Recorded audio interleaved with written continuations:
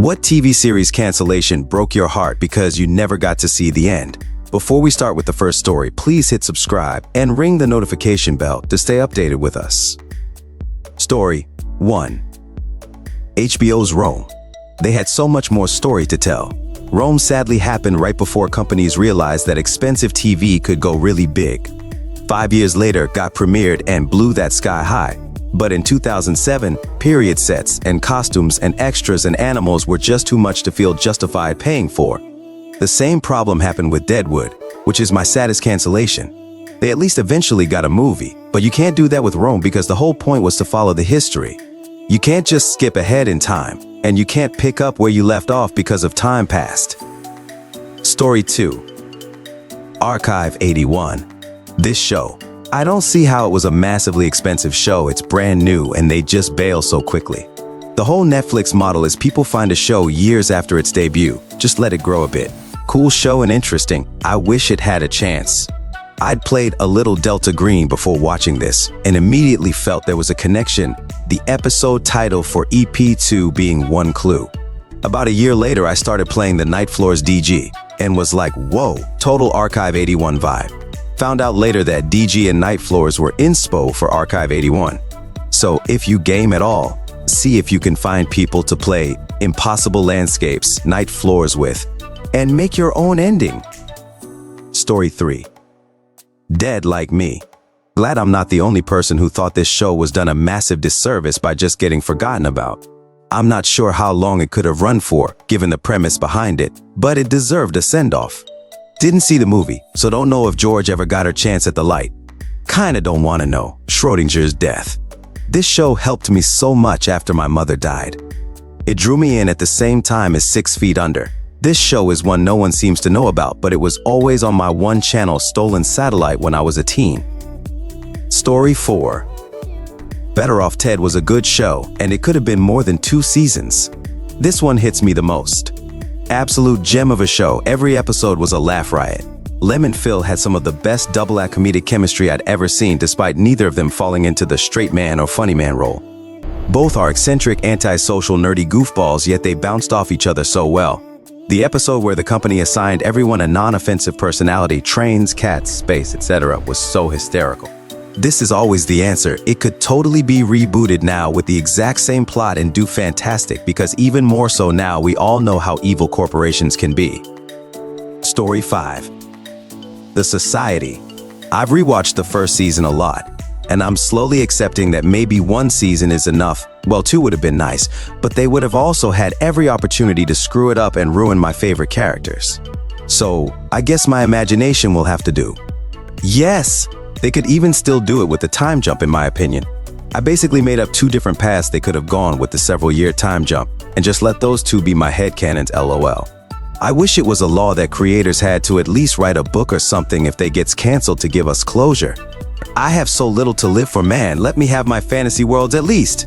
This was not my #1 answer, but it is the most recent heartbreak since I only just finished it about a month ago, so it feels like a close second.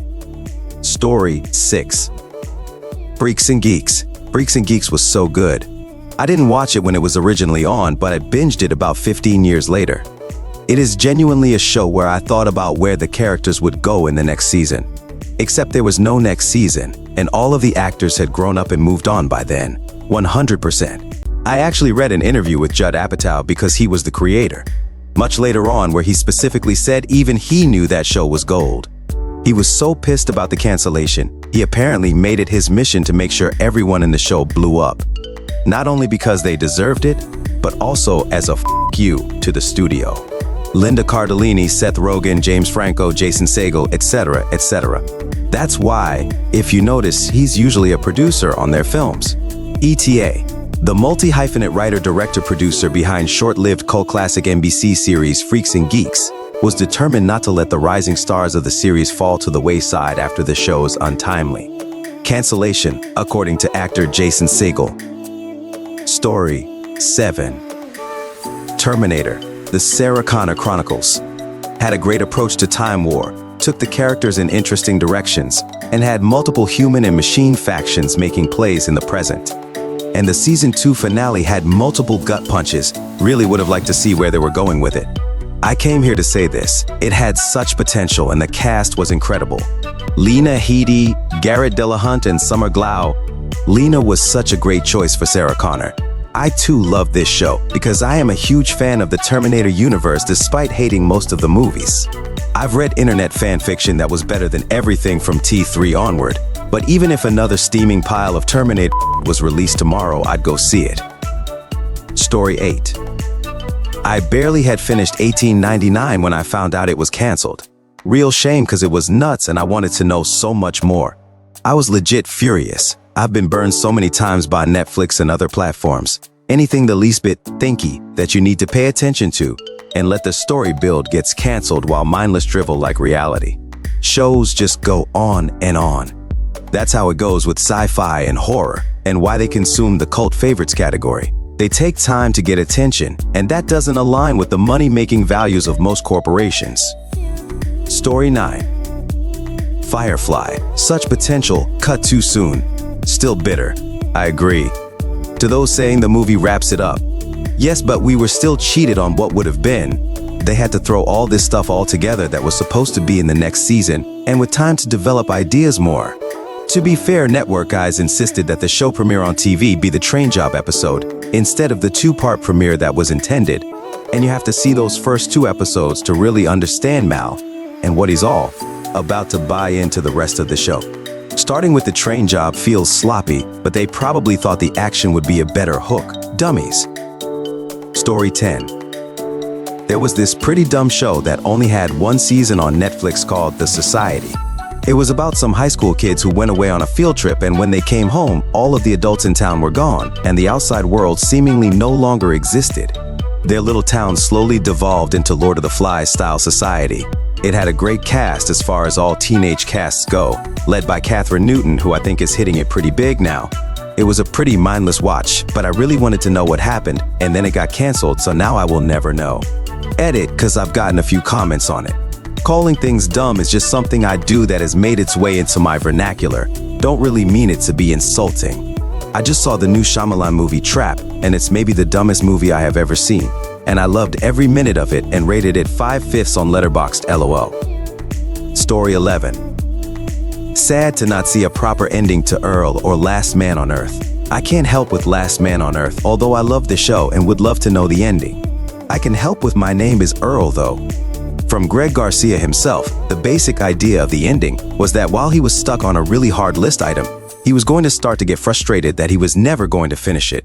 Then he runs into someone who had a list of their own, and Earl was on it. They needed to make up for something bad they had done to Earl. He asks them where they got the idea of making a list, and they tell him that someone came to them with a list, and that person got the idea from someone else. Earl eventually realizes that his list started a chain reaction of people with lists, and that he's finally put more good into the world than bad. So at that point, he was going to tear up his list and go live his life. Walk into the sunset a free man. With good karma. At least he was kind enough to tell the fans his plan. Story 12.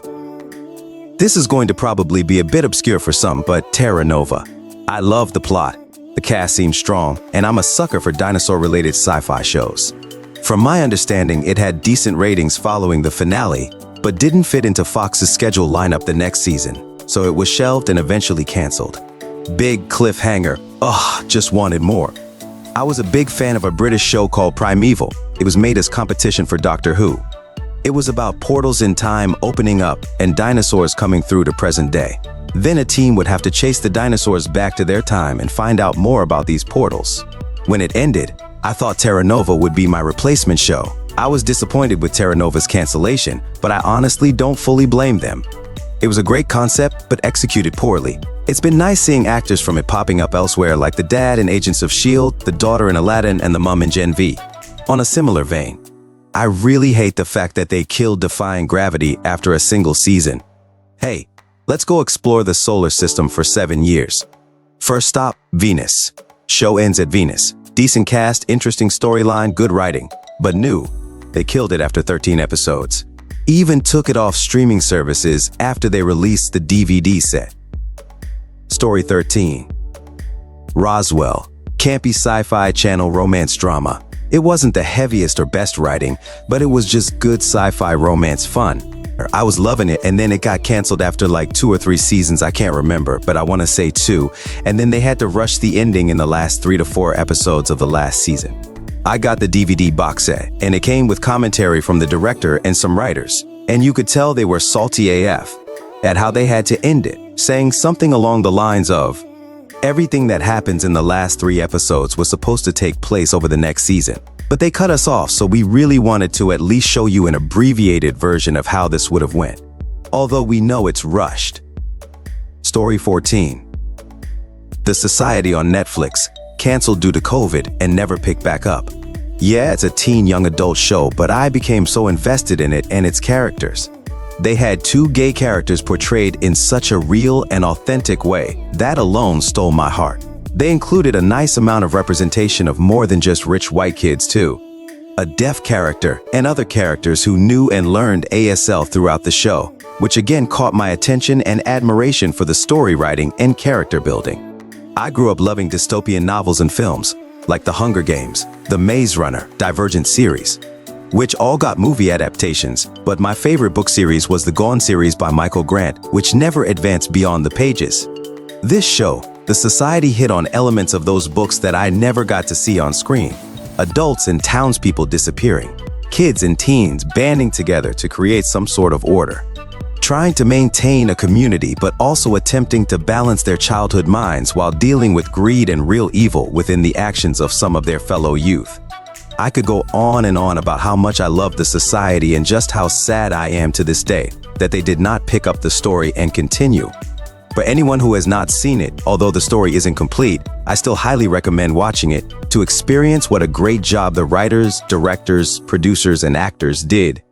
For those of you who have seen it, I would also highly recommend checking out Michael Grant's Gone series. 6 books altogether depicting a story with a similar beginning to The Society, where all adults and community members disappear, leaving behind the kids to fend for themselves. Though this series includes some supernatural elements, and as someone who doesn't love fantasy and supernatural media that much, it includes just enough to make it interesting and impactful. The story still heavily surrounds the people, their relationships, their collaboration, plus the weaponization of their skills. Story 15. The Pretender. The last season of Fringe was, at least, something, but I would have preferred had it not been rushed as it was to get the story told. Firefly 2 would have been nice not to be canceled, though it did have the movie to wrap things up. Archive 81, Night Flyers, Another Life, and some more. Frustratingly, quite a few sci-fi shows. The Killing American version wasn't canceled, but the ending was abrupt. I guess because of not being renewed or some such. Touching Evil American version, haven't seen the original version. Wire in the Blood, Dark Angel, True Calling, Roswell. Alright folks, that's a wrap. If you like this, please hit the thumbs up and subscribe to the channel. You can also share your thoughts in the comment below.